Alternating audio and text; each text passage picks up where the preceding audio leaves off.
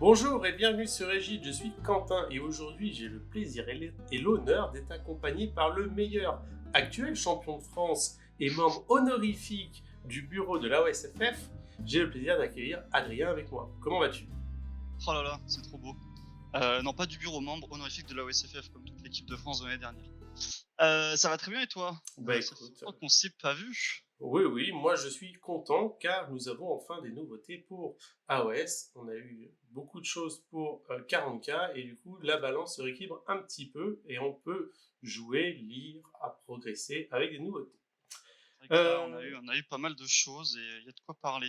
Exactement. Donc aujourd'hui dans cette vidéo, nous allons traiter le nouveau document sorti officiellement jeudi dernier qui s'appelle le Battle Scroll. Le Battle Scroll, c'est une mise à jour des règles de jeu éditées tous les 3 mois à peu près pour faire la balance. On sait que Games Workshop a pour souhait d'avoir toutes les armées entre 49% de victoire et 54 maximum, on va dire quelque chose comme ça. Et du coup, ils en profitent pour nous donner des petits documents PDF gratuits accessibles directement sur Warhammer Community si vous l'avez raté. Tous les 3 mois. Avant, c'était 6 mois. Là, on semble être passé sur du 3 mois parce qu'on a eu en juin. C'est même juin, juillet. Ouais, c'est ça, 3 mois. Donc, ouais, c'est bien. Alors, qu'est-ce que t'en attendais, toi, de ce Battle Scroll? Et Là, t'es un peu biaisé parce qu'on l'a déjà vu, mais qu'est-ce que t'en moi, attendais? c'est vrai que je l'attendais vraiment de manière importante, car on a eu le nouveau manuel du général qui est sorti avec la nouvelle saison et des debuffs sur des unités des armées. On sait que certaines armées, malgré les nerfs, étaient encore trop fortes, notamment sur Blight. Et certaines armées touchaient un peu la limite entre les deux. Moi, ce que je voulais, et qui n'a pas eu lieu, c'était vraiment une rebalance au niveau du domaine de saison de la magie de la glace, qui est pour moi Ouais. incohérent. Qui est Et incohérent et frustrant. Enfin, le fameux blizzard, on va en parler. Il y a ouais, eu une petite modif, on va en reparler. Mais le blizzard, il est clairement présent dans toutes les listes. Même une liste qui a rien à foutre de la magie, aucun bonus, bah tu cales un petit blizzard, quoi. On sait jamais, sur un malentendu. oui, Et il y tout a à fait. beaucoup d'armées qui en bénéficient tellement que ça casse le jeu. Tout à fait. Et en fait, mathématiquement, c'est impossible à équilibrer aujourd'hui avec ce sort-là. C'est-à-dire un sort qui se lance sur du 12, qui est connu par un clodo de l'espace qui vaut 100 points et capable de tuer n'importe quelle unité, 14 super BM stat, pièce. quoi. Oui, c'est N'importe vraiment... quel monstre. Ouais. Ouais, c'est complètement dégénéré. On avait eu un système similaire avec le Purple Sun à l'époque qui était surjoué sur le jeu de la chatte, où Du tu sens sur roulais 6 à chaque phase ton, de héros. ton 1 exactement. Ça a été quelque chose qui a beaucoup fait gueuler parce que des gens gagnaient des tournois vraiment sur la charte. Ouais, ouais, Et ouais. pour un jeu de stratégie, c'est un peu con. Et aujourd'hui, moi, j'ai le même recul sur ce sort-là. Je voulais pas qu'il lui casse les jambes, mais qu'il mette en équilibre un risque et un reward. Là, aujourd'hui, ils ont fait une petite modification, on va voir ça ensemble, et je trouve que ce n'est pas suffisant. Moi, Moi, ce que je trouve. honnêtement, Ouais. j'aurais aimé que soit ils vous disent maintenant c'est 3D3, donc vous pouvez faire maximum 9 dégâts pour un sort d'un C'est mec déjà pas qui mal. vaut 100 6 points, BM, c'est déjà ouais, pas mal. c'est Attends, largement suffisant. Ou alors vraiment quand vous lancez le sort, que vous le tu meurs. réussissiez, presque ça, ouais, que tu le réussis ou tu le rates, tu prennes des blessures mortelles, parce qu'en fait aujourd'hui tu lances ton sort à 12, s'il passe pas tu crains rien, s'il passe, bah, de toute façon tu crains quasiment rien, et que ça soit pas juste sur des 1 sur vos 4d6 qui vous fassent des blessures mortelles, mais limite que vous preniez, vous, la moitié de vos blessures mortelles. Quelque chose comme ça. Vraiment un équilibre où ton mec, bah, il fait 100 points, il lance le blizzard, mais le blizzard, ça part en couille, quoi. Ouais. Puis moi, ce qui m'embête aussi avec ce sort, bon, c'est avec tous les sorts qui existent dans le jeu, mais c'est celui-ci, j'ai envie de dire, qu'on bénéficie plus, c'est le fameux double 6 qui rend les sorts inlançables, enfin indispellables. Ça le rend encore plus frustrant parce que t'as beau être le plus gros dissipateur du jeu, t'as beau avoir tes 6 dés primo en stock, machin, plus 5, bah, si le mec en face il lance 3 dés, il fait 2-6, bah chier. Tu prends tes 4 dés 6 PM en fait. Et c'est vrai que tu te sens un peu impuissant face à ça. Alors c'est que de la chance, mais tu te sens un peu impuissant. Et c'est pas bon dans un jeu quand t'as un truc, tu peux rien faire contre. T'as beau tout préparer, à part te mettre en dehors des 12 pouces, et ben même là, t'avais tellement d'armées qui pouvaient te téléporter, qui pouvaient bouger avant de te lancer le blizzard que voilà. C'est ça. Et sinon, ouais, moi, je te rejoins, c'est vraiment ce domaine. Alors le reste m'embête moins. Orfrost et Rupture, même si, bon, On en a beaucoup parlé, il y avait peu de listes qui vraiment étaient axées sur ces sorts-là, même si elles en profitaient. Blizzard est un gros problème. Et sinon, au-delà, moi j'entendais un équilibrage de 2-3 factions, mais à part ça, les factions actuellement, c'est pas si mal que ça. On a Seraphon, Soulblight et Ossiarch qui étaient vraiment au-dessus, mais pas tant que ça non plus. Donc un petit coup pourrait suffire pour les rentrer dans le rang. Et il y a quelques armées à la traîne, mais ça on sait que souvent les armées à la traîne, elles ont tendance à le rester longtemps. Là où parfois les armées restent pas très longtemps au top, les armées à la traîne, parfois elles restent 1-2 ans à la traîne et ils préfèrent ne pas y toucher et attendre un BT futur. Donc bon, on verra C'est ce ça. qu'ils vont faire. Exactement. Donc c'est vrai que voilà, beaucoup de personnes en attendaient des choses. Moi, en tant que joueur Stormcast, j'attendais aussi beaucoup de cadeaux. Malheureusement, on en a eu, mais pas tant que ça. Il Et faudrait à chaque Battle Scroll des cadeaux, les Stormcast. Mais ça suffit pas. Comme les non, Curry Boys. c'est ça exactement. Les Cruel Boys, putain, ouais, ça fait 3 ans de cadeaux. Et à un moment, ils n'ont pas compris. Donc voilà, c'était toutes ces petites choses-là. Est-ce que je suis content du Battle Scroll? Pas content. On va voir ça dans le déroulement. Et on va commencer par le début. Alors, dans le début du Battle Scroll, nous avons une modification du livre de règles, le General Handbook 2023-2024, avec donc la modification en tout premier du sort Rupture. Donc Rupture, on savait que c'est un sort qui vous permettait de désigner une incarnate. Si vous réussissiez votre sort, vous rendiez votre incarnate sauvage, et sinon vous pouviez désigner un sort prédateur ennemi, et si vous réussissiez votre sort, le sort était sauvage aussi. Pour moi, il y Peu avait... impactant. Ouais, peu Pour impactant. les Puis Endless Spells. il y avait un problème aussi avec la Endless Spell, c'est que si tu as un autre sorcier, la règle dit que quand il est sauvage, il peut récupérer le contrôle. En Donc, fait, ça dépend de à qui c'est le tour. S'il est oui, sauvage, c'est voilà. celui dont c'est le tour qui va le contrôler. Dans les faits, à moins qu'il y ait 4 spells, s'il y en a qu'un ou deux, c'est celui qui joue qui va le contrôler. Donc ça rendait la règle pas ultra impactante. Et par contre, c'est surtout qu'en fait, c'était très bête parce que tu pouvais focus ton incarnate. Tu avais certaines listes qui, comme à l'époque, ont suicidé un perso pour avoir une incarnate sauvage, la passer niveau 3, etc. En mangeant un endless spell. Là, on pouvait le faire sans suicider son perso. Donc c'était encore plus fort parce que tu perdais pas entre 80 et 150 points de perso à suicider. Donc ouais, ce sort-là, même si je l'ai pas vu dégénérer, j'ai vu très peu de listes en vrai au niveau compétitif partir là-dessus parce que ça reste très gumball. Si tu bases ton armée sur un sort, puis sur le fait que ta Crown Spine bouffe un endless spell sans faire double 1 ou 1 et 2, bah, c'est beaucoup de trucs qui vont faire que tu as une partie sur 10, une partie sur 20 qui va complètement foirer. Et ça, c'est une armée qui est pas forcément agréable à jouer. J'en ai pas vu tant que ça, mais ça pouvait être problématique. Tout à fait. Moi, je sais que j'avais commencé à faire des listes avec ça en me disant j'ai pas de Crown Spine, est-ce que j'en fais l'acquisition d'une ou pas? Parce que c'était une mécanique qui était liée à juste, en fait, comment ça s'appelle, Tsinch qui était capable de faire ça. Et là, ça le donnait à tout le monde.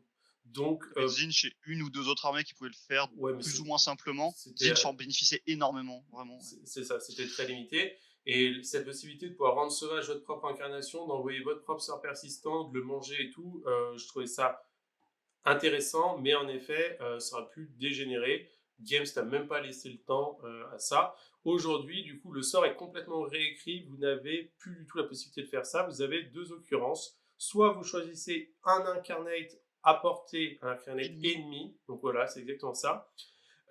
Si vous réussissez votre sort, vous faites perdre un niveau à l'incarnate, et le sorcier qui est bound, donc qui est lié, que vous êtes obligé de lier, le sorcier, je reprends, le héros lié, on s'en fout que ce soit un sorcier, Ouais. à cet incarnate va subir des 3 blessures mortelles. C'est énorme. Enfin, Oui. en fait, faire perdre un niveau flat à une incarnate avec juste un sort, en fait, ça veut dire que le sort, littéralement, il slane l'incarnate, parce que quand tu slane l'incarnate, ça lui enlève un niveau. Donc ça fait l'équivalent de slane une incarnate, plus des 3 BM à un perso potentiellement à l'autre bout de la map. C'est super fort. Alors, ça lance sur du 10, mais la portée est très bonne, c'est 18.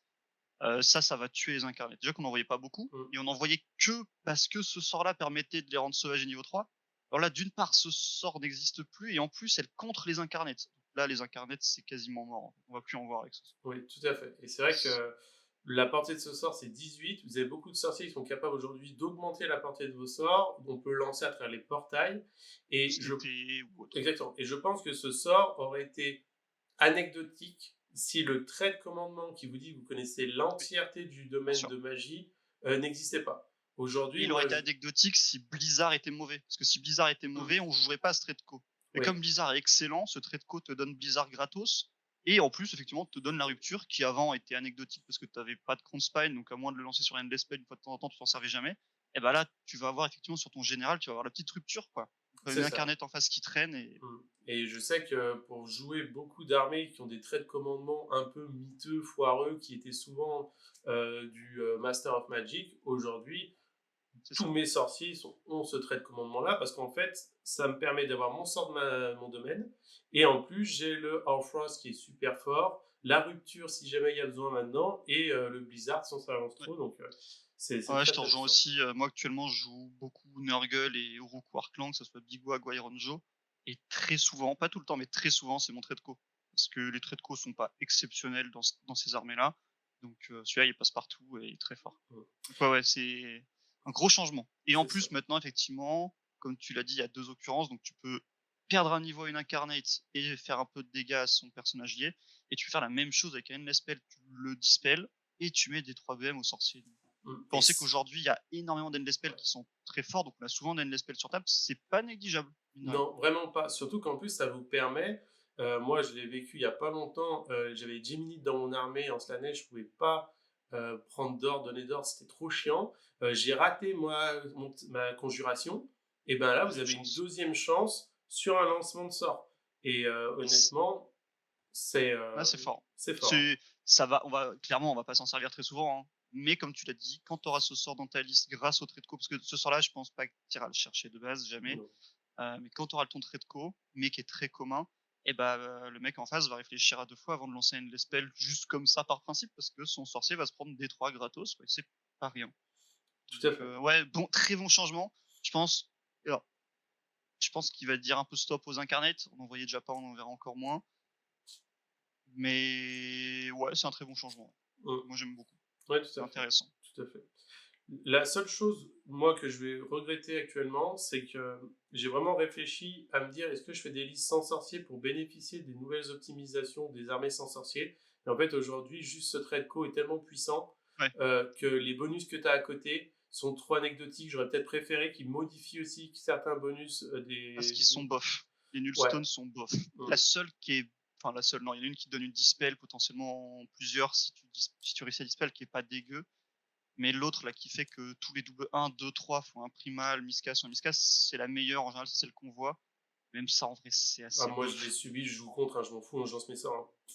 Ouais, ça peut être impactant, mais c'est une fois par partie, ça reste assez aléatoire. Donc, les Nullstone, effectivement, elle aurait mérité un petit up, ça aurait pas fait de mal à Mm. certaines armées ou à certains Ou builds en d'armées construction de qui. liste, de se dire tiens, je vais faire le choix de jouer sans sorcier, ben en fait, tu peux pas. Quoi, c'est pas tu peux pas, mais tu perds. Ça sert pas à grand chose. C'est ça. Le Blizzard, notre fameux ami dont on a beaucoup parlé et qui fait beaucoup parler de lui, on le Et rappelle, c'est un sort qui se lance sur du 12 et qui fait 4 décibels. C'est c'est énorme. ça. Et qui a la particularité, c'est bien écrit, vous lancez à 12 de portée, mais c'est non modifiable. Vous pouvez pas tricher avec trait de commandement, des portails ou je ne sais quoi. Séraphon, portail ou autre, aucun bonus. C'est 12, 12. En C'est ça. revanche, ce que tu peux faire, ce que tu pouvais faire, Faire. C'était c'est ce que téléporté. Ouais. beaucoup d'armées faisaient, c'était téléporter, bouger. On pense notamment aux Iron Joe qui ont une ou deux façons dans le BT de bouger en face de héros. Tu pouvais bouger avant de lancer ton blizzard. Tu pouvais téléporter, et ça énormément d'armées le faisaient. Hein. Skaven, Luminette, Uruk, Séraphon, Soulblight. Soulblight le fait même en action héroïque, Ouais. à son tour, puis à ton tour pour revenir. Enfin, c'était complètement con. Tu prenais un blizzard gratos dans les dents. Donc ça, ils ont dit stop. Tout à fait. Et je pense que c'est bien. C'est très bien qu'ils aient dit ça. Si vous maintenant vous téléportez ou vous bougez en face de héros, vous ne pouvez plus lancer ce sort. Donc ça annule toutes les translocations avec un sorcier, toutes les actions héroïques en effet en Légion de la Nuit qui vous téléportaient, toutes ces choses-là, c'est positif pour le jeu parce que pour avoir joué contre C'est vous, frustrant à souhait. ouais, en fait, vous vous forciez à créer, à reculer en fait vos unités clés pour se mettre à plus de 12 dans le cas où il y ait ça qui soit fait. Et en fait, ça vous mettait dans des situations où, entre guillemets, vous ne pouvez pas bénéficier de votre déploiement correctement parce que votre adversaire peut à n'importe quel moment rentrer dedans. Quoi. Le bizarre, quand tu lis, il est designé pour être un sort défensif. Si tu rentres dans mon château, très bien, mais tu as une chance de prendre 4 décibels. Mais là, c'était à cause des téléportations devenu un sort offensif. Tu sacrifiais un petit sorcier à 80, 100, 120 points, tes 2-3 dés primo, oh, tu faisais un double 6, le mec en face pouvait rien faire, t'as son écran ou une pièce qui était apportée qui saute, quoi. c'était pas possible. Donc voilà, ils rajoutent la petite phrase, pas de téléportation, pas de mouvement. Si tu as fait une téléportation, un mouvement, tu peux pas le caster. C'est très très bien. Il y a juste une occurrence encore dans le jeu, c'est les Beasts of Chaos qui ont le droit de te grappe avant de te le lancer, qui les rend marrants. Ils peuvent te faire venir de 2d6 vers toi avant de te lancer le bizarre. Bon, ça reste relativement anecdotique, même s'il y a des listes qui tournent autour de ça et qui sont assez forts. Donc, non, c'est un très très bon ajout. Ouais, ils ont, je pense, entendu un peu les sirènes et ils ont mis le pied à l'étrier Alors, tout de suite. ça reste 4 décibm, ça reste un sort qui potentiellement, comme tous les sorts, mais qu'un double 6 est incontrable. Mais voilà, ça reste un sort défensif ou un sort de fin de partie quand tout le monde est au centre de la table et qu'on se la donne. Ça reste pas un sort de T1 je t'alpha strike avec un blizzard qui va te tuer une unité. Tout à fait. Ensuite, la petite modification, c'est sur le scénario No Reward Without Feedback Overload, il me semble, c'est ça. Without Risk. Ouais, c'est ça. Anciennement, je crois que la nuance est très petite. Je crois que c'est juste un wording, hein, ça change pas grand chose. C'est ça, quand un héros sorcier meurt, avant de retirer le modèle, vous jetez un dé sur un 4+, le sorcier explose. Et c'est par rapport au nombre de points de vie du sorcier, chaque unité subit des 3 blessures mortelles, et si c'est un sorcier, c'est 3 flats, c'est ça? Non, ça c'est le Maelstrom, ça. Ah non, oui, non, non, si tu c'est prends des juste 3... ouais. Ça a dû être une... Non. Quand je le lis, je vois pas de grosse différence, donc ça doit être lié par rapport au wording. Ouais, je trouve que j'avais pas regardé ce détail-là, parce qu'effectivement, ça m'avait pas... Ouais, non, je crois que ça a changé. Ouais, bon, je regarde pendant que tu lis la suite, mais je crois que c'est juste... Au pire, c'est juste un wording, ça change rien du tout. C'est ce qui me semblait. Ensuite, on a une modification sur le sort persistant, le Maelstrom. Donc, le Maelstrom était très nul avant. Sur la dernière fac, il est devenu très bon et il n'a pas changé en coup en point. Donc là, c'est pas noté sur le document, mais il a pris 20 points, il passe à 50 maintenant. Et en fait, anciennement, il vous disait que dès qu'il était retiré de la table, quelle que soit la manière, il explosait et en fait, vous faisiez des blessures mortelles basées sur la portée sur la portée. Donc cette portée, c'était la valeur de dés que vous aviez dessus, plus 6. Donc quand il était au maximum, c'était à 12 de portée, et sinon ça pouvait être entre 7 et 12. Aujourd'hui, maintenant, si vous le retirez du jeu, il continue à exploser. Cependant, il n'explose que si il a une valeur de 6. Donc s'il n'est pas chargé à fond, il ne fera pas de dégâts. Et ils ont viré le délire de portée, parce que maintenant, vu qu'il explose qu'à 6, donc il explosera toujours à 12 de portée.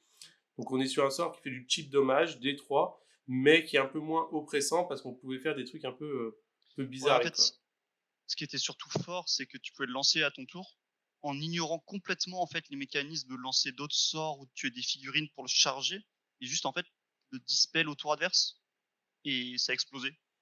Donc en fait c'est ce que faisait Seraphon et d'ailleurs il en bénéficiait énormément parce que quand il dispel un spell avec son général il gagne 2 points d'invoque. Donc c'était tout bénef pour lui. Le seul risque entre guillemets c'est que si tu avais un double tour, bah, tu le dispel à ton tour donc tu pouvais pas le relancer. C'était le seul défaut de cette strat. En fait, ça, voilà, ça va t'obliger à vraiment utiliser le ND spell comme il faut, en lançant d'autres sorts ou en tuant des figurines pour le charger. Et d'ailleurs, c'est pas noté dans le Battle Scroll, mais tu l'as très bien remarqué et j'avais vu personne le voir avant toi. Ils ont augmenté son coût en points discrètement parce qu'ils l'ont pas mis dans le Battle Scroll, mais ils ont augmenté son coût en points à 50, qui était à 30 avant.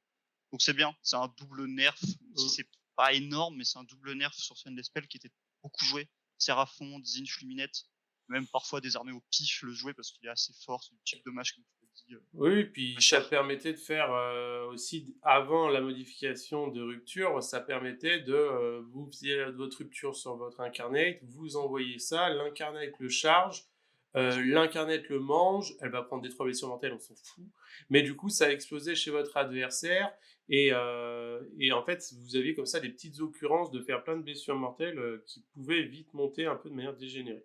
Donc ça montait en points, c'est normal parce que le sort faisait trop de dégâts par rapport à ses 30 points. Et en plus, ils l'ont stabilisé sur la portée et sur l'usage. Ça a évité de se retrouver, comme tu dis, avec des choses un peu bêteux. Et pour finir, ils ont modifié le wording donc des Umbral Spell Portal pour bien faire comprendre que quand un sort persistant traverse du coup les Spell Portal, ils sont considérés comme n'ayant pas bougé et ne peuvent pas bouger. Et les sorts persistants prédateurs activent leurs effets quand ils ont bougé. Donc là, on vous fait bien comprendre que vous passez dedans, ça ne fait rien. Avant, il y avait une fac, mais c'était pas clair. Vraiment, personne n'était d'accord parce que la fac était mal écrite, la règle était mal écrite. Donc là, voilà, ils l'ont réécrite très proprement. Donc effectivement, tous les endless spells qui trigger après leur mouvement fonctionnent plus en passant au travers des portails. Certains ont pas besoin, par exemple, typiquement le Maelstrom peut toujours passer au travers du portail et ensuite exploser, mais voilà, ça nerve beaucoup de endless spells, mais c'était déjà le cas en fait, c'est juste que c'était mal écrit. C'est Là, ils ça, l'ont bien réécrit, il y a plus de doute. Mais tout le monde exactement. jouait comme ça par quel point, non, pas trop. Je pense que s'ils l'ont réécrit, c'est qu'ils ont dû avoir beaucoup Non, de mais là, c'était mal messages, écrit. Ouais, ouais, voilà, ouais, en la leur fac disant que c'était un était peu pas claire. flou. Et vu que maintenant on a beaucoup de sorts persistants, et vu les réécritures qu'ils ont fait sur les sorts persistants, ils veulent que les gens le jouent, donc Non, c'est une super autant. réécriture parce que c'était pas clair du tout. C'est ça, exactement. Pour poursuivre, nous allons rentrer maintenant dans les modifications liées au BT, à savoir qui vont être coupées en 4 catégories: l'ordre, la destruction, la death et, Oh! et le chaos. Putain. Nous allons commencer du coup directement par la grande allégeance de l'ordre. Donc, les premiers à bénéficier d'une modification sont les Stormcast Eternal. Vous pensiez que vos dragons allaient pouvoir faire un double move? Toujours pas. Vous pensiez que vous allez pouvoir exploser à 3 pas comme tous les débiles, les Sur du clampins? 5+, non, Toujours pas. Non, ils veulent pas. Ils veulent pas. Donc, qu'est-ce qu'ils nous ont fait? Ils nous ont donné une tactique de tactique. bataille. Ça, sur le principe, avant de C'est bien. parler de cette tactique, ça rejoint l'ancien Battlestroll où ils avaient testé de donner des tactiques, notamment aux Zoruk ou Arclan, qui leur a fait énormément de bien, Ah oui. surtout la Big Wag. Enfin, vraiment, moi qui joue Big Wag actuellement, c'est une dinguerie à quel point ces deux tactiques ont changé la façon de jouer l'armée, l'ont rendu meilleur. Donc là, ils vont donner beaucoup de tactiques à beaucoup d'armées, avec plus ou moins de réussite, on va le voir. Mais c'est un très bon changement qui touche enfin à ça plusieurs fois de suite, c'est génial. Oui, ils ont Donc enfin qu'est-ce qu'ils ont compris eu que comme tactique? l'équilibrage venait pas que des War Scrolls, mais venait aussi des tactiques, comment on gagne, comment on perd. Alors, les Stormcast Qu'est-ce qu'ils ont fait éternels pour les ont eu Stormcast? sécuriser le champ de guerre. Donc, on vous demande à la fin du tour d'avoir une unité minimum entièrement dans chaque quart de table et à plus de 6 de vos adversaires. Sur le papier, ça semble très facile à faire car vous mettez en faible vos unités, elles tombent du ciel, boum. Et Le... Stormcast a beaucoup, enfin pas beaucoup, mais a quelques petites unités qui peuvent se TP au cours de la partie. Je me souviens plus Oui. des noms, les petits tireurs, les petits arbalétriers. Puis il y a pas mal de mobilité, donc tu te dis effectivement c'est une armée qui est quand même assez mobile, qui est faible, qui se téléporte, qui arrive du ciel. Ouais, une bonne tactique. Mais Mais non. ça reste C'est compliqué quand même. voilà, c'est une tactique qui est compliquée. Ce qui la rend pour moi le plus compliqué, c'est personne à 6 pas. C'est-à-dire que Stormcast, vous êtes quand même sur une armée élite, vous payez cher vos modèles, et vous voulez pas vous retrouver à faire faible, par exemple, des libérateurs ou ce que vous voulez dans les coins de table pour qu'ils 4 unités mobilisées, quoi. voilà, qu'ils ne fassent rien. Donc vous êtes en obligation, entre guillemets, de vous dire, bah, j'ai un héros chez moi, je vais mettre une petite unité à gauche, et du coup, il m'en faut 2 autres que je vais faire dans les coins, dans les quarts de table, entre guillemets, et du coup, ils ne doivent pas être engagés. Bah, c'est assez difficile si vous avez le choix, la possibilité de vous dire, ok, pas de souci, j'avance mes unités, elles vont charger, elles vont détruire ce qu'elles vont frapper, elles sont plus dedans. Dangereux ça. Mais dangereuse qu'avec un redéploiement, des dés qui roulent mal, c'est compliqué, ou alors il vous faut des unités de tir qui sont en capacité de pouvoir faire quelque chose. Et aujourd'hui, les unités de tir qui ne sont pas chères dans le BT, vous avez les castigators à 90 points et les balistes à 130. Moi, j'ai fait 2 tests de liste avec les deux. Pour moi, c'est plutôt les castigators qui en bénéficient parce qu'ils sont vraiment pas chers. Et c'est ceux qui faiblent, c'est ça? Enfin, c'est ceux qui se TP. Non, les Non. castigators, c'est juste tu les fais tomber du C'est- ciel. Non, c'est Ça les s'appelle Fast comment Riders. Alors, t'as les Fast Riders, mais je crois que t'as une autre unité, c'est 3 Arba et ton. Non bon, je confonds. Les Fast Riders, c'est 3 petits mecs avec, ils ont une hachette et une mitraillette. Et sinon, t'as le même par 5, mais il coûte un peu plus cher. T'as pas des arbalétriers qui se TP aussi? Non. Je dois confondre. Mais effectivement, il faut des unités de tir ou des unités pas chères parce que immobiliser 4 unités qui feront rien au close à ce tour-là, c'est pas possible, quoi. Donc, Oui, c'est très compliqué. ou alors, voilà, c'est une tactique de tour 4, tour 5 quand t'as rasé ton adversaire, qui parfois te manque, hein, parce que parfois t'as fait les plus faciles au début, t'as fait intimider l'adversaire, l'envahisseur au début, t'as fait les quarts de table, enfin les bords de table, t'as rasé l'adversaire, bah t'es 5, t'as rien à faire, t'auras celle-ci. Si te reste 4 unités, c'est pas évident. Ça aussi. Mais Ouais. non, c'est pas mauvais comme tactique, mais c'est Moi, moche. j'ai réussi à le mettre en place sur les parties que j'ai faites dernièrement. En T1, j'essaye, si dans mon déploiement, je suis trop loin de faire la magie, si c'est possible. Si c'est pas possible, c'est pas grave, je fais celle-là T1, en partant du principe que je pourrais, sur le tour d'après, faire les coins parce que si vous téléportez, vous faites faible vos unités vraiment pile poil dans les angles de la map, si votre adversaire vous envoie une unité pour aller chercher 70 ou 90 points de clodo, bon, bah, vous n'avez pas Après, perdu ouais. grand-chose.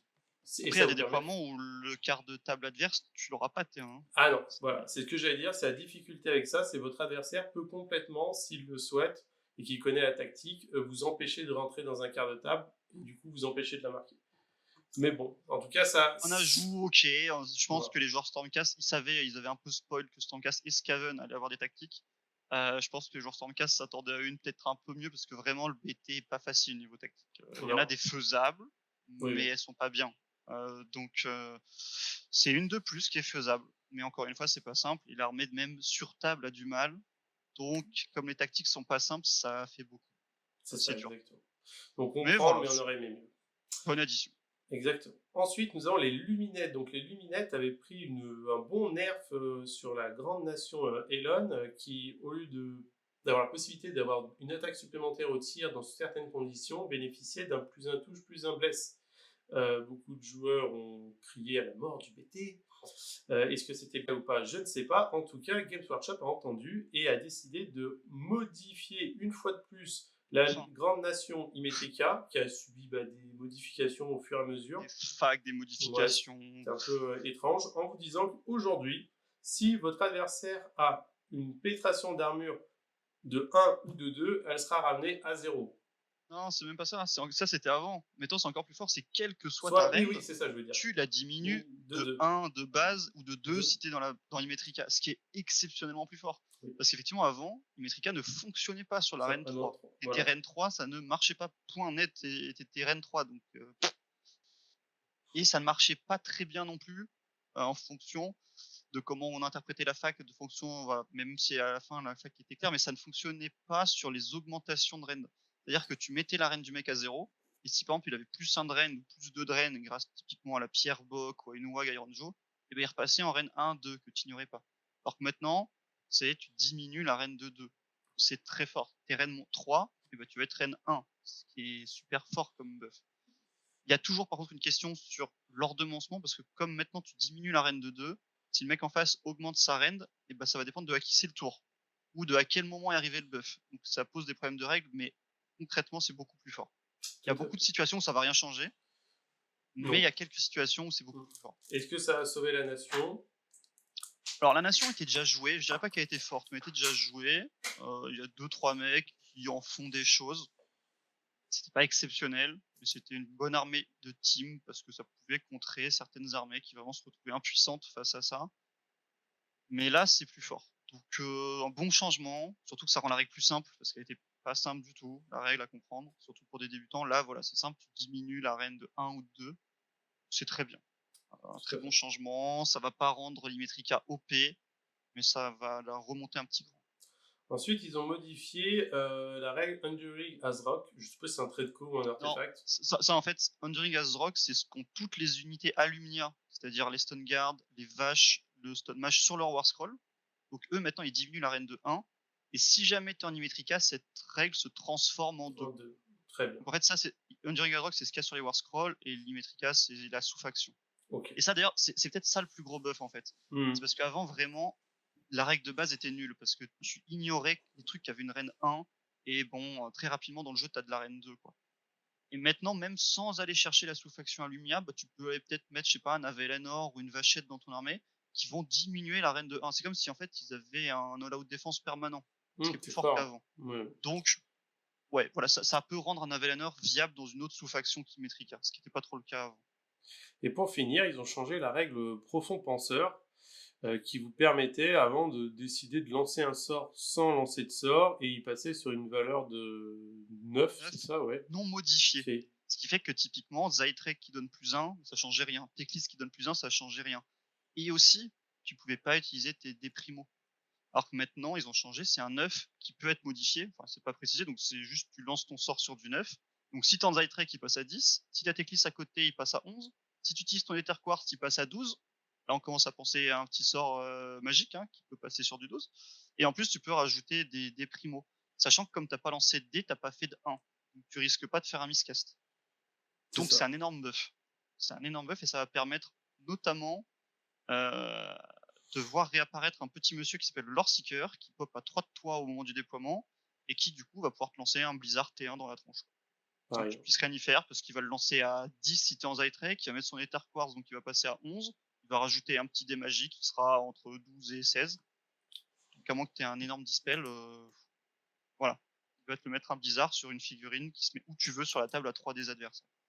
C'est un bon changement, sachant qu'il y a déjà des listes luminettes avec 2-3 Scinari, donc ceux qui bénéficient de cette règle une fois par partie, qui tournaient, notamment un joueur en France qui s'appelle Spoon, et beaucoup de gens, notamment moi, qui allons tester sa liste parce qu'elle tournait pas mal, qui bénéficiaient beaucoup de cette règle et d'autres changements. Et l'armée se fait pas nerf, donc c'est un petit buff pour une armée qui s'en sortait déjà pas mal. Oui, tout à fait. Puis ce que je trouve aussi intéressant, c'est que moi j'ai souvent hésité à prendre un allié, un petit sorcier, parce qu'ils sont pas si chers, et juste cette règle-là de profond penseur vous permettait de lancer un sort persistant avec ou alors le bouclier mystique que vous avez besoin, le sort, voilà, à ce moment-là. Aujourd'hui, c'est vrai qu'avec les dés, c'est modifiable, mais sans ça, c'était déjà un bon outil. C'est déjà bien, ouais. Bah, c'est vrai que là, t'as le Calligrave à 110 points, beaucoup d'armées order peuvent le prendre, donc t'as un mec qui te lance un sort à 9, parce que là t'auras aucun bonus, 9 plus des magiques, c'est clairement très fort. C'est à considérer. Et pour finir, la dernière armée qui va avoir une modification, ce sont les Idonettes Deep King. Alors, les Idonettes, c'est une armée qui arrive avec un BT qui était acceptable, mais très cher en points, et malheureusement qui a, on va dire, jamais trouvé son heure de gloire. Elle a eu des petites nerfs, des petites hubs, des petites choses. Très élitiste, pas de ward, très fragile, compensé par une immense mobilité et un potentiel tour 2 ou 3 ultra violent, mais ouais, l'armée a toujours pêché. Elle a jamais eu son heure de gloire, comme tu l'as dit. Elle a parfois été bonne, voire très bonne, mais elle a jamais été exceptionnelle. Et là, en ce moment, c'est galère. Ouais, ils sont dans le bateau, et le bateau il est sous l'eau, et sous l'eau ramer c'est dur. Et donc, ouais, c'est ça. Donc, nous avons une modification sur la sous-faction Fouetan. Donc, Fouetan vous permettait anciennement d'être éligible à récupérer des Blue 30 Shiver, qui était une configuration de 3 requins, qui vous disait que dans cette configuration, vous choisissez un capitaine. Quand le capitaine attaquait une cible et qu'il avait un autre requin à côté de lui, il faisait les 6 à la touche, mais que des mâchoires du requin faisaient 3 touches, les autres requins faisaient 2 touches. C'était un petit buff sur les requins, mais ça demandait une configuration un peu compliquée. Il fallait pas oublier qui était le capitaine, machin. Bon, c'était casse-couille as fuck. Aujourd'hui, ils ont fait simple, très très simple. Fouettane vous dit, voilà, vos Blood 30 requins, Shiver, ils ont 6 explos. Ce n'est pas...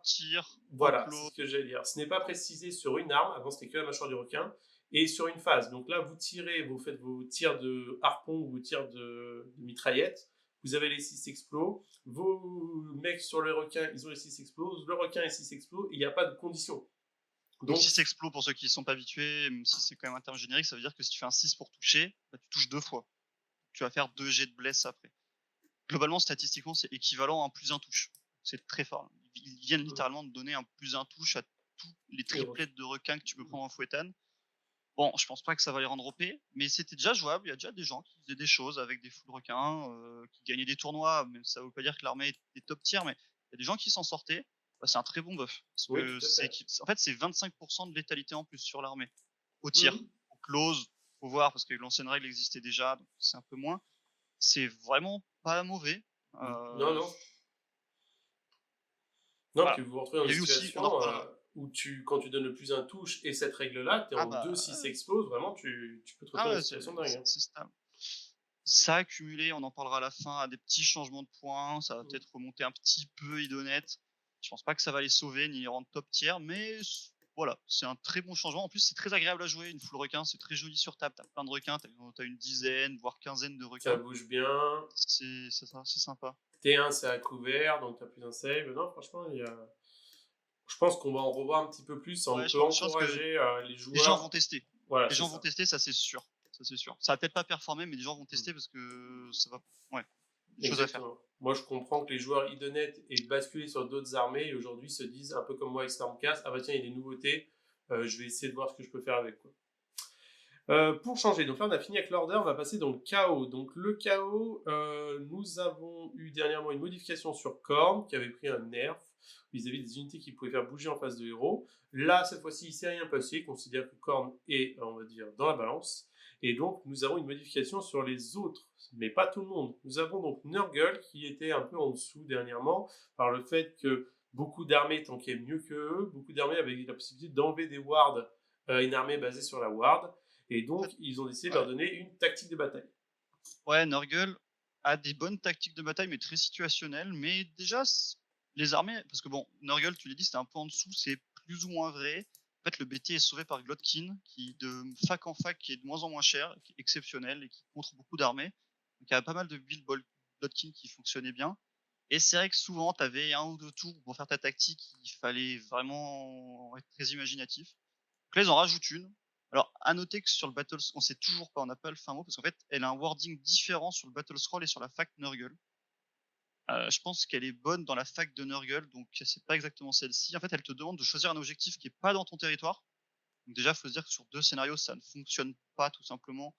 Et sur 2 autres, c'est très dur à faire parce que le scénario, l'objectif qui est pas chez toi, il est vraiment chez l'autre, donc tu le feras pas facilement. En gros, ça te demande sur cet objectif, et bah, il faut que tu le contrôles. Et dessus que tu aies un démon de Nurgle, une bête, un Plague Bearer, un Nurgling, n'importe quoi. Et c'est là où le wording est pas pareil.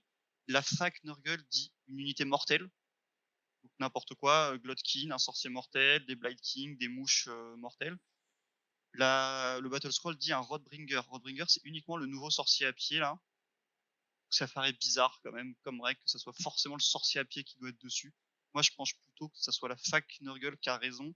En fait, il faut que tu aies un démon et un mortel sur l'objectif, ce qui est assez fluff. T'as On a Slanesh la qui a même une en tactique Slanesh, ouais. qui est quasiment la même. C'est juste qu'il faut reprendre un objectif à l'adversaire. Mais c'est la même. C'est une très bonne tactique, tout simplement parce que, alors, faut avoir un mortel dans ton armée, ce qui est pas toujours le cas. Mais quand tu joues Bloodkin, t'en as un, très gros. Et l'avantage, c'est que ton mortel, il peut invoquer un démon. Donc en fait, si t'as un mortel qui est sur un objectif, bah, t'invoques un démon à côté et t'as ta tactique. T'as pas besoin de désigner tes unités, tu désignes l'objectif. Donc c'est une bonne tactique. Elle est pas automatique, tu la feras pas tout le temps. C'est une bonne tactique. Sur pas mal de scénarios, tu peux la faire T1, même si ça nique un peu ton plan de jeu, parce que tu es obligé de partir par un endroit où tu avais prévu, mais tu peux la faire. Et ça fait, bah, comme on avait dit avec Stormcast, une tactique que tu peux faire au tour 4, tour 5 si tu as déjà pris énormément d'avance. Ouais, c'est une bonne tactique. Elle va pas changer le BT. On va voir qu'il y a des coups en point aussi qui vont aider le BT. Mais c'est un bon ajout. Ce qui est pas mal, c'est comme la tactique Stormcast, entre guillemets, c'est que c'est une tactique qui vous demande pas d'interagir avec l'ennemi, et on sait que dans les tours 4, tours 5, des fois ça peut être difficile quand vous devez faire des choses avec votre adversaire et que l'adversaire est plus là. Il est plus là, il est dans les coins de table, où il a vraiment plus grand chose, effectivement. Et parfois, tu te retrouves, même si tu as dominé la partie, sans tactique, et tu peux pas écraser le match-up, parce que voilà. Donc, non, c'est un bon ajout. Pas exceptionnel, mais bon ajout. Ensuite, nous avons Skaven. Alors, Skaven, c'est quelque chose, on va dire que le BT produit est moyen tiers, pour faire simple, très compliqué, pas beaucoup de restrictions et tout. Il a, entre guillemets, pas eu d'heure de gloire. Quand il est arrivé, on a eu peur qu'il rayonne et tout. Finalement, on n'a pas eu beaucoup d'heures de gloire.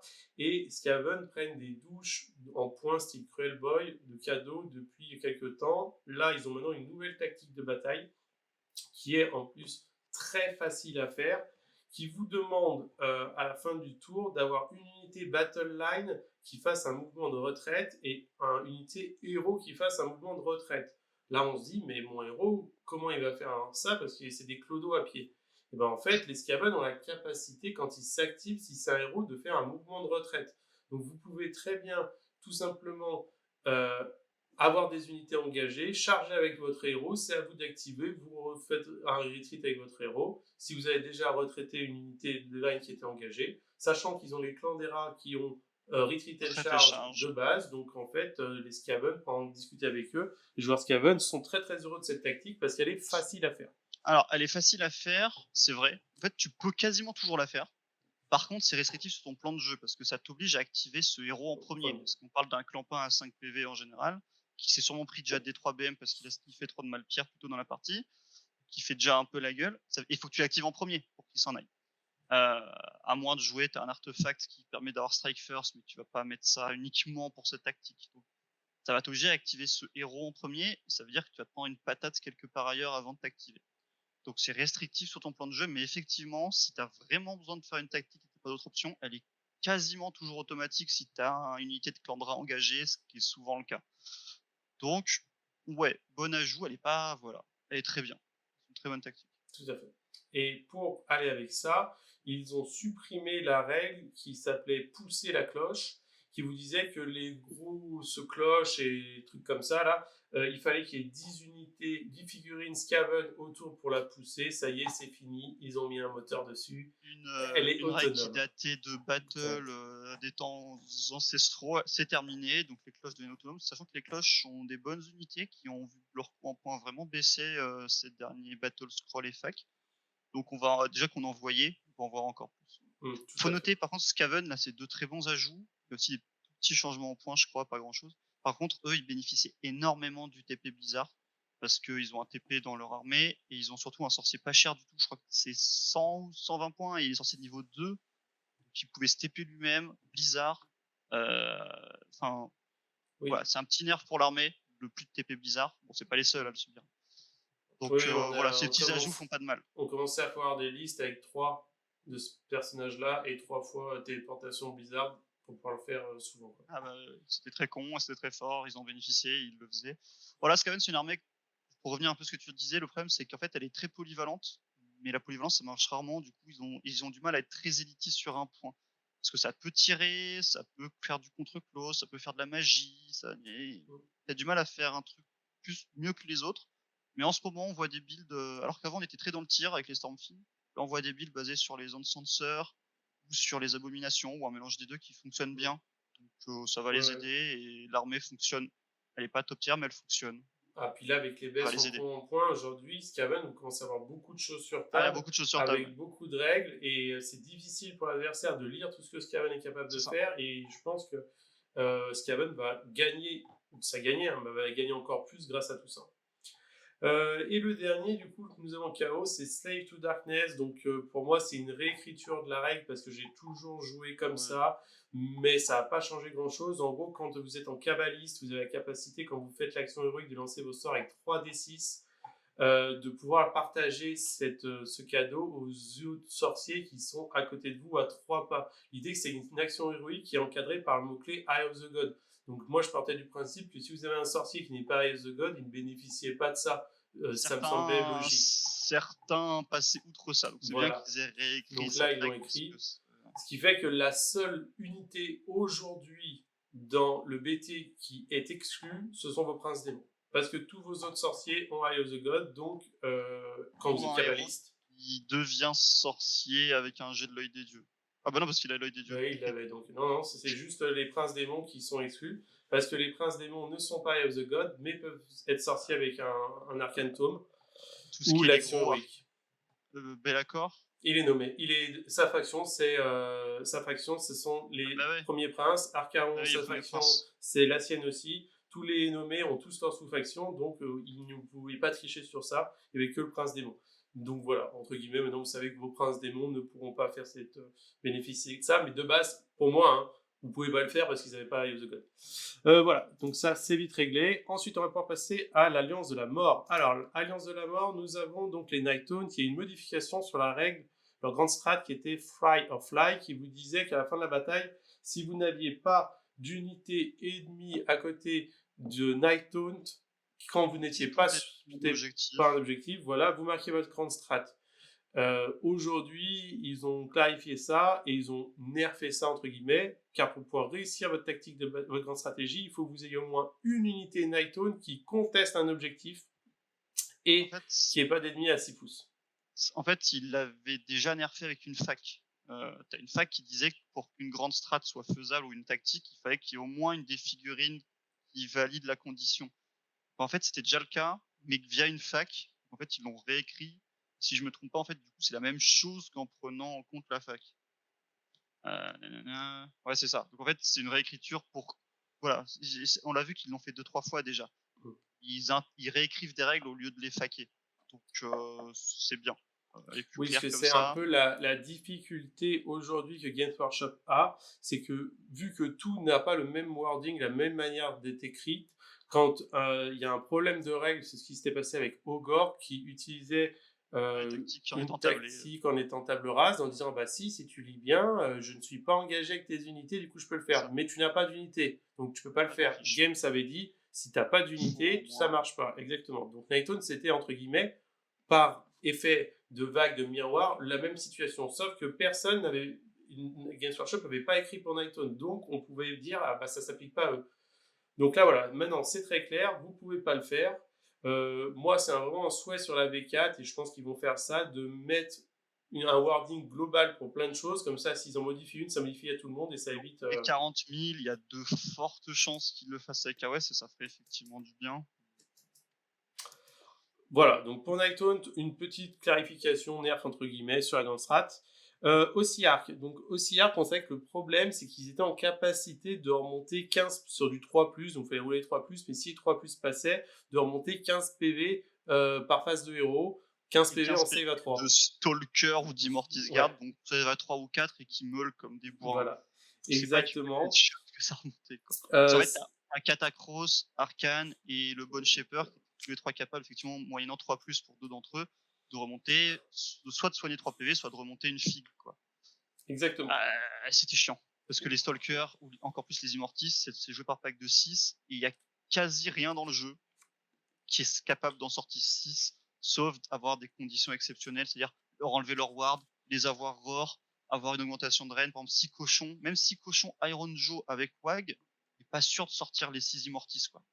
Donc tu fais waouh, et t'en tues 5, bah, au tour d'inverse, il y en a 3 qui reviennent, si t'as un double tour, t'en as 5 qui reviennent, tu fais bon, c'est chaud. Donc ils en nerfent ça, ce qui est très bien. Oui. Maintenant, quand tu remontes une figurine, et bah, elle a entre guillemets qu'un PV, c'est-à-dire qu'elle a 4 blessures à louer. Donc en fait, si t'en remontes une avec Catacross sur ton 3+, et bah après avec Arcane, tu peux pas en remonter une autre parce que tu vas devoir soigner la première.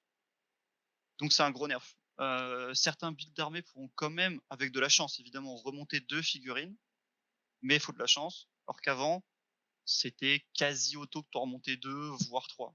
Donc c'est un nerf, ça va pas tuer l'armée, hein, clairement pas, mais c'est encore un nerf de plus. Hein. Au cercle, c'est déjà fait nerf une première fois. Moi, pour l'avoir joué jeudi, non, on est quel jour? Mercredi. Pour l'avoir joué hier, c'est vrai que mon adversaire m'a dit à la fin de la partie, en effet, mon pack de 6 Necropolis Stalker et mon pack de 6 Immortis Guard, vu que j'en remontais qu'un seul et qui était blessé et que je réussisse tous mes 3+, je vais changer ma liste d'armées parce que jouer 2 fois 6 mecs, bah, ça me met dans une situation où bah, j'en remonte plus, quoi. Et donc, ça, c'est plus difficile à jouer. Ça, plus des petites augmentations en points dont on va parler après, ça va mettre un bon coup à l'armée qui était top tier, qui va continuer d'être très forte, mais elle va repasser derrière une ou deux autres armées. Donc c'est bien. Exactement. C'est un bon changement. Et on rappelle, sur Age of Sigmar, vos unités, vous leur allouez des blessures. Donc vous commencez par, vous avez 5 points de vie, vous avez 5 points de vie, donc pas de dés, rien. Quand vous prenez des blessures, vous les allouez, donc vous mettez un token, des points de vie, ce que vous voulez. Et quand vous atteignez donc le maximum de votre paramètre de santé, la figurine est retirée. C'est là où il faut être vigilant, c'est que c'est bien écrit que la figurine, on lui alloue 4 points de vie. Donc il a perdu 4 points de vie. Elle n'a pas 4 sur 5 points de vie restants, elle a 1 sur 5 points de vie restants. Parce qu'il y a des règles qui vous disent le personnage revient à la vie avec 3 points de vie, par exemple. Là, c'est pas le cas, il y avait écrit alloué, donc ce sont des blessures, des points de vie en plus. Ensuite, nous allons passer du coup aux Soul Blight. Donc les Soul Blight, on sait aujourd'hui, ça perf très bien. L'armée a un problème de coût des figurines et de règles. Non, l'armée a un problème de tout. Elle a un problème de coût des figurines, elle a un problème de tactique gratos, elle a un problème de rip-hop, elle a un problème de tout. Et on s'attendait à ce qu'elle se fasse casser la gueule. C'est léger. On va voir, il y a des coups en point, il n'y a pas que ça. Là, il touche à un truc qui est fort, mais qu'en vrai, personne s'attendait à ce qu'il touche. Oui, vraiment. C'est le sort qui mettait une BM sur toute la table. Et si tu faisais plus que 10, ça mettait 2 BM sur toute la table. Voilà, maintenant, on va essayer avec toi, ça va être bien moins fort. Ça va mettre des BM à 3 unités. Et si tu fais plus que 10, enfin plus que 9, 6, ouais. ça va mettre... Sinon, c'est 6. Ça met une mortelle à 6 unités. 3, ouais. Ça reste un sort sympa. Alors qu'avant, effectivement, surtout avec les... Enfin non, ça marchait plus avec les dés, je crois. Mais non, si tu faisais plus que 9, ça mettait 2 BM à toute l'armée. Enfin bon, sur certains builds, c'était très très fort. Bon, voilà, c'est un nerf. Enfin, franchement, moi, les nerfs 5 trucs, mais pas ça. Oui, c'est vrai qu'en discutant avec les joueurs comprennent pas trop pourquoi il y a ce nerf-là. C'est vrai que le sort est fort, mais bon, ils ont 3 sorts dans le domaine, donc pourquoi, tu vois, c'est... Non, et puis vraiment, il y avait vraiment, il y avait 3, 4, 5 autres trucs évidents à toucher, que ça Mm. soit des actions héroïques, que ça soit des rip-hop, que ça soit des tactiques de bataille. Bon, Oui, on avait espéré peut-être que l'action héroïque en Légion de la Nuit ne se fasse la téléportation qu'à votre tour, pas au tour ennemi. Peut-être des interactions en effet avec les tactiques de bataille qui vous demandent que ce soit un peu plus compliqué, des choses comme ça. Ils ont modifié ça.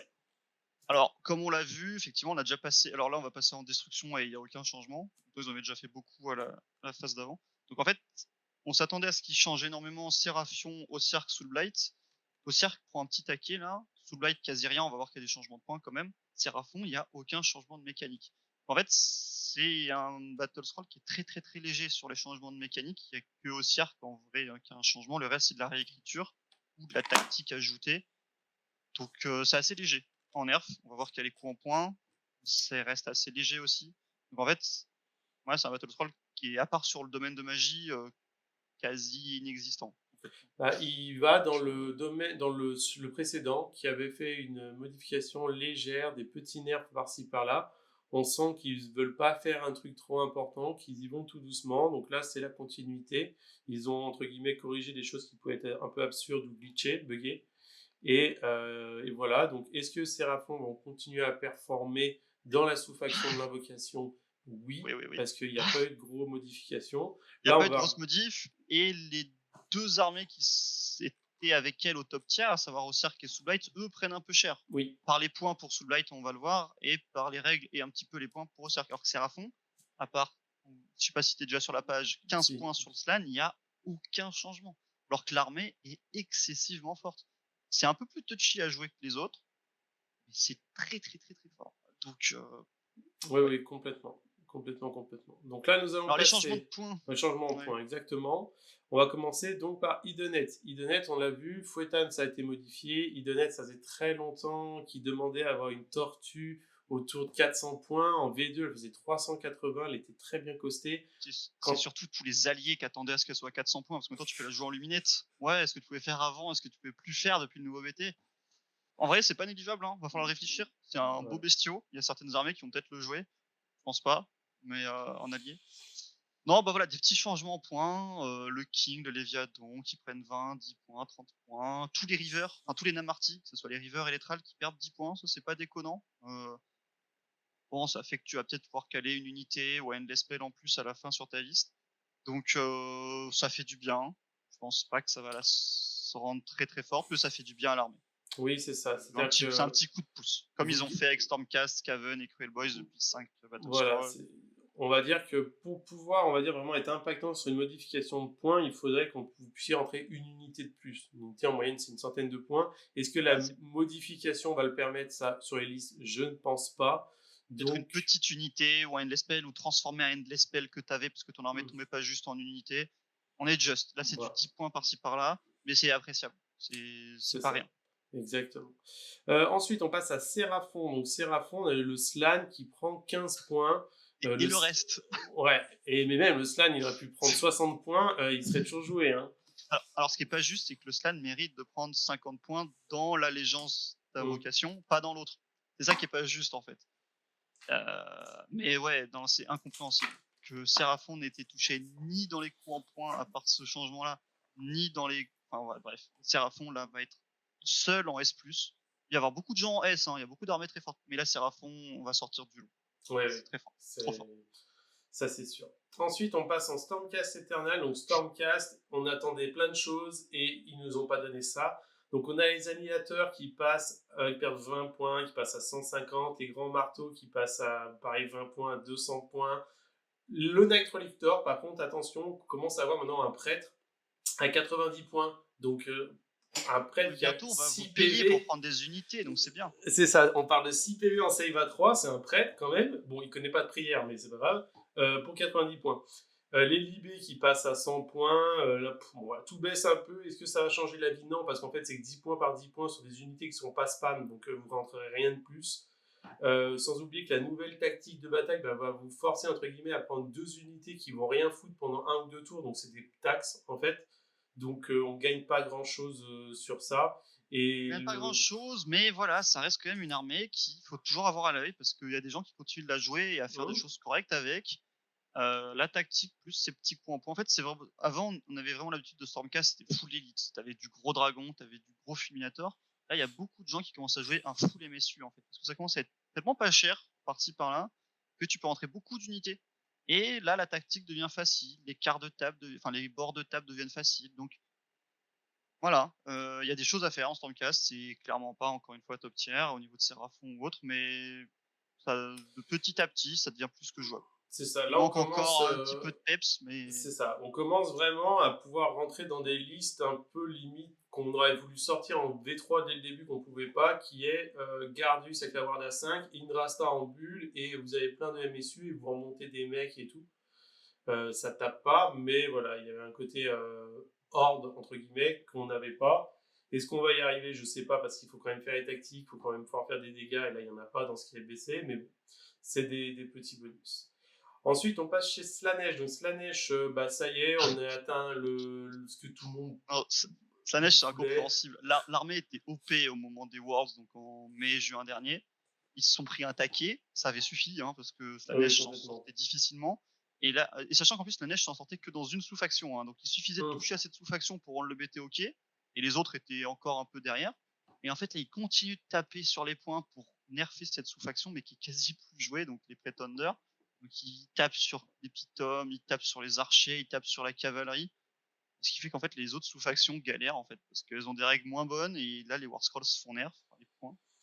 Bah, ouais. C'est compliqué. Moi, j'avais ma liste d'armées, on va dire fétiche, était à 1920. Aujourd'hui, elle est à 2000. Ouais, non, Elle mais a le rien. BT, il coûte cher Mm, maintenant, c'est une dinguerie, ouais. tout coûte cher. Donc, on a les Donc, archers qui sont passés à 170, comme beaucoup d'archers dans le jeu. Les archers montés à 220, la cavalerie montée 220. L'épitome qui était quand même une pièce centrale, mais elle était jouée. Pourquoi elle était jouée? Mais parce qu'il n'y avait pas grand chose à côté, donc elle n'avait pas joué ce qui était trop forte, c'est juste que le delta entre le reste était faible. Et heureusement, on a une petite baisse en coût des Fiend. Donc à l'époque, les Fiend étaient à 200 et les Blitzbard et les Stickblade à 200. Donc la comparaison était très vite vue. Vous aviez trop de points de vie d'un côté contre l'autre. c'est Aujourd'hui, 180, 220, donc ouais, on il y a comprend 40 mieux. points, mais on aimerait que ça soit peut-être encore un En peu plus fait, bas. Mais... il y a une dizaine d'unités dans le BT qui auraient dû voir leur coût en points baisser pour être acceptable dans les autres sous-factions, et c'est pas le cas. Donc non, Slanesh là, c'est pas nul, hein, mais c'est pas plaisant en fait, parce que c'est une armée élitiste, et c'est pas ce que tu as envie de jouer en Slanesh, tu as envie de jouer plein de petits trucs, et là pour l'instant c'est trop cher. Et t'as plein d'unités qui sont injouables, elles sont encore trop chères, et là elles sont pas dans cette liste. Donc Oui, non, oui. c'est Des dommage. unités qui ont des War Scrolls à chier. Et non, mais vraiment, et qui tu te dis, bah, pourquoi est-ce que je les prendrais, quoi? Vraiment, aujourd'hui, Ouais. moi j'ai des gens qui me disent, ouais, les démonettes, c'est pas cher, je peux les jouer par pack de 30. Bah, si tu veux, mais bon, avoir 300 et quelques points qui Non, servent à rien. cette fac, elle a 6 mois de retard. Mm, Ça, c'est pour faquer les Worlds, mai juin. C'est pas pour faquer ce qui s'est passé les 3 derniers mois. C'est incompréhensible. c'est ça. Ensuite, on va passer chez Nurgle. Donc, Nurgle, la tactique acceptable, et là, une douche de coups On en ne comprend point. pas. Nurgle a déjà été buff aux dernières facs. Nurgle, en vrai, s'en sort bien. En fait, non, le seul problème, c'est ce que je disais tout à l'heure. Il y a un build Nurgle qui s'en sort bien, c'est Glotkin et plein de démos autour avec un slow pity. Ce build-là se fait up. Glotkin perd 20 points. Les Plague Bearers reperdent encore une fois 10 points. Enfin, Mm, c'est 120 points pour 20 PV Ward à 5. C'est une folie. Alors, Bah, on tu va sais voir que des builds. moi, en Premier Prince, j'ai jamais joué de démo en STD Premier Prince parce que ça puait des fesses. Mais là, je me dis, putain, 120 points pour 20 PV, moins un Bon, ils ont pas la bless. Il n'y a pas la ward, ward, mais t'as mais le ils ont moins le un moins un bless. bless. Non, Pourquoi mais pas, hein, pour c'est. tenir un Alors, c'est objectif. le GUO qui recontinue de baisser. C'est. Bon, ça va pas rendre l'armée top tier, mais elle est très bien et elle contre certains top tier. Donc, bah, moi et Arkane, en ce moment, on joue Bloodkin et des bêtes et des Plague Bearers parce que c'était déjà bon avant. Avec la tactique et ses baisses en points, on rentre une unité de plus, on rentre une bête en plus ou un perso en plus. C'est super fort. Bon, voilà, ça va pas cher. Enfin, c'est pas top, ça a des contres, mais bon, Ça va dans le bon incompréhensible. Alors, sens, hein. ça va dans le bon sens, mais il n'y avait pas besoin. Enfin, pas besoin sur pas besoin sur Glot et les Plague Bearers. Il y a d'autres unités qu'on avait besoin. Donc, ok, c'est pourquoi pas. C'est Je ça. comprends pas personnellement en tant que joueur Nurgle, mais je prends, hein, évidemment. Ah, bah, on prend, hein, c'est cadeau. Scaven, ensuite, on a encore une douche en points. On a l'abomination qui vaut 180 points, donc Ah on parle d'un monstre qui fait énormément de choses. 180 points, c'est vraiment pas cher. Ouais, c'était déjà joué, voire même parfois Mm. en x2. Là, ça va être très souvent joué, même très souvent en x2, je pense, parce que c'est pas cher, hein. 180 points pour Non. ce que ça fait. Le seul problème, c'est son mouvement aléatoire. Si tu peux le fixer à 7 avec une augmentation là. Mais c'est un très très bon monstre, hein. C'est un anti-horde horde exceptionnel, sachant que dans la méta, il y a pas mal de gros pâtés, de 20, 30, 60 filles. Donc ouais, les abos très bons. Le reste, bon, la Screaming Bell qui redescend encore un peu, donc Ouais, ça, pour son changement de ça, règle, ouais. très Après, bien. les Jedi, les canons, c'est trop aléatoire. On sait pas jouer. Je pense pas que ça soit joué. Mais bon. Les canons, ça peut. Le Jedi, c'est vraiment pas bon parce que. Voilà, mais les canons, il y en a déjà certaines listes qui ont joué un ou deux, parfois plus. Donc c'est un petit changement. Mm. Mais c'est surtout l'abomination. Hein. L'abomination, Ouais. en plus, c'est une super figue, donc tu peux te faire plaisir, les gens sur le modélisme et tout. Donc Ouais, complètement. il va y en Complètement avoir. d'accord. Hein. Ouais. Ensuite, on a STD, donc une baisse en points. Franchement, je m'attendais à pas grand-chose à ce niveau-là. Non, STD, c'est une armée stable, pas top, pas en dessous, une bonne armée. Mm. Un peu mono gameplay à top méta, parce que au Ouais, niveau c'est un peu le compétitif, souci. tu voyais qu'un ou deux builds, c'était que du Varangard, tu voyais pas grand chose d'autre. Mais bon, ils descendent Varangard, les Warriors et les Chosen, qui sont les trois armées clés du BT. Oui. C'est pas énorme, mais c'est pas négligeable. Les Warriors à 180, Bah maintenant, les Warriors, ils ont commencé à 220, aujourd'hui 180, 180 points pour 10 PV en save à 3, ward à 5 contre les 20 PV. blessures mortelles. 20 PV, oui, ce qu'ils sont dit. Euh, 20 PV en save à moins 3. 1 bless en ignore Ren 1 en Hein. Nurgle. Ouais. Ouais, non, C'est c'est. c'est pas déconnant. On a les Varangard qui perdent 10 points, donc le build 12 Varangard, ça vous fait quand même gagner 40 points, donc c'est pas négligeable. C'est ton triomphe en fait, plus un bless, mais ça n'a pas Ouais. forcément besoin de se servir, c'est un endless spell, Mhm. c'est. Non, C'est ça. c'est. J'ai pas vu de list Save the Darkness pop depuis. Parce que là on tourne un petit peu plus tard, hein, Mhm. on a déjà du recul dessus.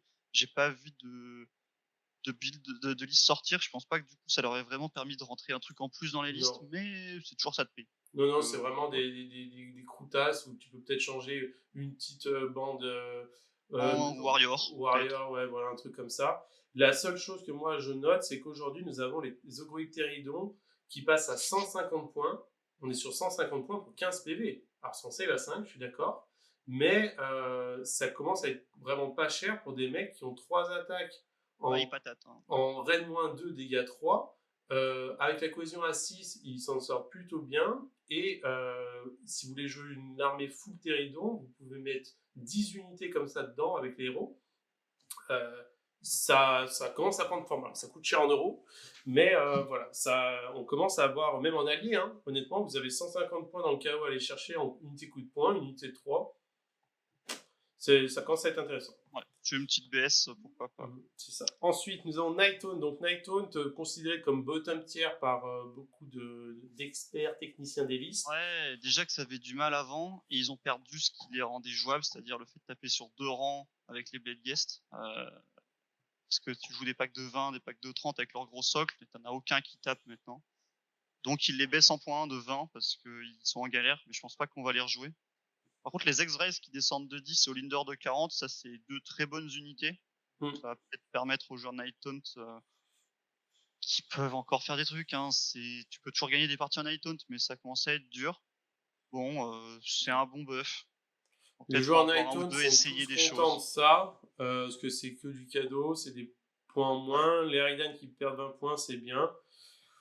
Peut-être pas Euh, assez, mais ça va permettre peut-être de retester une ou deux listes en rentrant un truc de Est-ce plus. qu'il aurait pas fallu peut-être juste mettre les Blade Guest en portée 2 Ça serait un énorme buff. mm. Je pense que c'est trop risqué.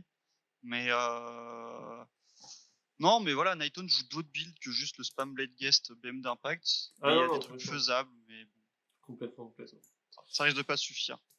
Ensuite, nous passons, c'est Ossiarch. Donc, Ossiarch, on a vu le nerf par rapport aux grosses unités élites. On vous a dit, on en veut moins. Donc, qu'est-ce qu'on fait? Eh ben, on va vous baisser en points le Gothizar et les Mortec Guard. Donc, les deux perdent 20 points, ce qui fait que sur un full build spam de Clodo là, à pied, là, ça fait quand même pas mal de points. Hein. Ouais, les Mortec qui étaient boudés parce que comparé à leurs copains plus gros d'Immortis et de Sulker, ils étaient vraiment pas bons. Là, bon, un build Mortek commence à pas être déconnant. Je pense que ça sera clairement testé, que c'est pas mauvais, parce que le BT est bon de base. Heu, donc ouais, parce qu'en fait, vraiment, quand tu joues Stalker Immortis, tu souffres d'avoir pas beaucoup d'unités. C'est vraiment le problème de l'armée. Elles sont extrêmement puissantes, extrêmement solides, extrêmement létales, mais tu vraiment pas beaucoup d'unités et ça se traîne un peu le cul. Donc sur certains scénarios, certaines armées qui tournent autour, tu galères. Bah voilà, mettre un gros paquet de Mortek, c'est pas du tout le même build, pas du tout la même optique, mais là, ça va être testé. C'est Et à ça. côté de ça, il nerf un peu Catacross, qui est omniprésent parce que il est pas limité comme avant à sa sous-faction. Son buff est exceptionnel, donc il prend 40 points, c'est pas rien. Et les cavaliers qui sont exceptionnels, pareil, qui prennent 10 points. C'est pas énorme comme nerf, mais mine de rien, ça peut faire que des listes ne rentrent plus, quoi. Donc, Mm. c'est bien, ça accompagne bien le changement sur les Stalkers Immortis. C'est pas trop, je pense que c'est ok comme nerf, donc c'est bien. Oui, Dans l'ensemble, ça à va mettre un voir. peu Osiark à sa place, ça va rester très fort, mais voilà. Oui, puis ça redonne des clés en disant voilà, on vous baisse d'un côté ça, Ouais. par contre de l'autre côté ça coûte moins cher, donc Ouais, ça peut-être c'est faites un vraiment un mix. clin d'œil, quoi. Et Mm, si les Mortec, vous allez voir, c'est pas si nul. Et on va se mm. rendre compte que vraiment, c'est pas si nul. Donc, ouais, Non, non, c'est vrai bon que changement. le gros nerf avait été sur le nerf du Gotizar, sa capacité à ramener des figurines qui se faisaient en fin de phase de combat. Et du coup, bah, en fait, en fin de phase de combat, quand il n'y a plus rien, bah, il n'y a plus rien à ramener, quoi. Donc, C'est à ça le voir. problème. Tu te fais rare les 30 Mortec qui décollent, en fait. Donc, Mm. le Gotizar, il sert à rien. Ouais, Et sous exactement. le Blight, le seul nerf, on l'a vu, c'est les points. Il y en a quand même pas mal de changements. C'est Tout à pas fait. rien. T'as les zombies qui prennent 30 points, c'est bienvenu. Mm. Même si c'est toujours pas assez, il n'y a pas de changement de règle, etc., mais c'est bienvenu. En fait, c'est surtout la Légion de la Nuit qui prend, parce qu'il monte Manfred, il monte les Grève-Gardes, il monte Neferata, enfin bref, dans les autres factions. Mais en fait, Virkos, qui est beaucoup joué avec des loups, prend pas si cher que ça, parce que les loups prennent que 10 points. L'Allégeance a rien pris. Tous ces tricks de Mm. rip-hop, de ci, de ça, est toujours présent. Les Warla Les zombies, on en 5, verra moins. Ouais, on verra moins de zombies, un peu plus de squelettes et de loups probablement. Mais on verra toujours des zombies, et l'armée sera toujours forte. Par contre, je pense vraiment que Légion de la Nuit prend un sacré taquet. Euh, c'est pas assez. Et pour avoir parlé à des joueurs sous Blight, hein, ils sont très contents parce qu'ils pensaient se faire découper les jambes. En vrai, c'est un nerf. Forcément, il n'y a que du rouge, mais ça va pas tuer l'armée. non. Euh, Non, parce qu'en fait, quand on prend au point, moi, c'est ce que je veux mettre un peu en lumière. Certains joueurs sous Blight, peut-être qui sont moins expérimentés et qui voient ça et se disent, mais pourquoi c'est dur et tout. Aujourd'hui, l'unité qui fait référence chez Games Workshop pour faire l'équilibrage, ce sont les clodos de l'espace, les clampins de chez City of Sigmar qui viennent de sortir. Ce sont des humains, donc c'est le truc le plus basique, c'est 100 points les 10 en save à 4, 4-4 sans reine des gains. Ce qui fait que vous avez votre base. Quand vous avez des squelettes qui étaient à 100 points, donc le même nombre de points, ah, c'est sauf pas que juste. Hein. c'était pas 10 points de vie qu'ils ont, ils sont par 20, c'est ça? Voire 10. Non, non, c'est 10 Ils squelettes. sont, ils sont par C'est 10, 10 mais squelettes. qui, en début Ils de phase rip de combat, hop. sur un 4 plus reviennent, remontent. Et en plus, avec votre allégeance, remontent. Donc en fait, vous avez pour 100 points, pas 10 points de vie, mais 15 points de vie, voire plus 18-19. Donc déjà, c'est déséquilibré par rapport à la balance globale. Et les Ouais, zombies, les on zombies à partait de 120. 120 points pour 20 points de vie, qui vont revenir aussi sur un 3 ou un 4 plus. Donc en fait, vous avez encore plus de points de vie, donc 30 points de vie. Ça reste aujourd'hui des unités qui Ah, très rentable. Hein. à Ah ouais, ouais. 150 points, les 20 zombies, Ah, c'est très bon encore. c'est reste bon, c'est le prix qu'ils devraient avoir, et limite c'est même encore pas assez cher parce que vous allez pouvoir les synergiser avec d'autres choses dans votre armée, donc Ah ouais. bien Non, comprendre l'équilibre des points. et puis les listes qui jouaient 180, 200 zombies, bah tu vas en perdre. Si tu veux rester dans la même liste, tu vas en perdre 20 ou 40. C'est un nerf. C'est pas énorme non plus. C'est ok, c'est un nerf, forcément. Hein. Mais voilà, l'armée va continuer d'être bonne. Va peut-être falloir changer de sous-faction en fonction de ce que vous jouiez. Peut-être falloir adapter un petit peu des unités. En fait, les mécanismes restent là. Les rip-hop restent là. Les tactiques restent là. Tu vas perdre une unité, tu vas perdre un ou deux petits héros, ce qui est pas négligeable, mais ça va pas tuer l'armée. Donc moi, c'est vraiment, je suis déçu de ce Battle Scroll parce que Soul Blight reste très bon. Ossiark prend un peu cher, mais voilà, mais Seraphon aussi reste bon. Donc alors peut-être que voilà, les armées qui étaient un tout petit peu derrière. Donc on peut penser à Gloomspite, on peut penser à Korn, on peut penser à Uruk Warclan, à Nurgle, vont pouvoir plus facilement accrocher Soul Blight et Ossiark. Mais ouais, il n'y a pas de changement de mécanisme en fait, c'est un peu fade. Scroll. Il y a pas de à part le Blizzard qui était spammé, on va avoir les mêmes choses. Oui, Un peu oui, oui. frustrant. Il n'y a rien aujourd'hui quand je vois le Battle Scroll, à part peut-être Idonet et encore, où je me dis, bon, bah, les gens vont se mettre à jouer d'une autre manière parce que ce sont que des 10 points, 10 points, et les structures même, les ADN même des armées n'ont pas été perturbées dans leur fonctionnement global. Ah ouais, on a envie en Seraphon de voir du dinosaure, on a envie de voir du Saurus, du machin. Bah non, on va continuer de voir du spam de sorciers, de slan, de Endless Spell parce qu'il n'y a aucun changement. En Sublight, on va continuer de voir du spam de zombies, de squelettes et de loups. On va pas voir des Vangorian, on va pas voir des dragons zombies parce que voilà. Pas avoir du Blood Euh, Knight ou autre, ouais.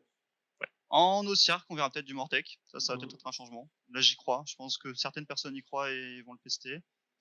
Mais dans les autres armées, ouais, il n'y a rien qui change. Bon, c'est frileux. Et ce qui est inquiétant, c'est que ça risque d'être frileux comme ça jusqu'à la V4, en fait. Donc on risque de se taper encore 6-9 mois avec la même méta. Alors avec des petits réajustements, hein. Ils vont continuer, mais ça va être léger jusqu'au bout. Là, on sent qu'ils vont pas y aller fort, quoi. Non, non, Donc, non, c'est... Voilà. Donc, bah, si ce que vous jouez vous plaît, et entre guillemets, vous avez le sentiment que ça marche, va continuer, parce qu'il n'y a rien à changer.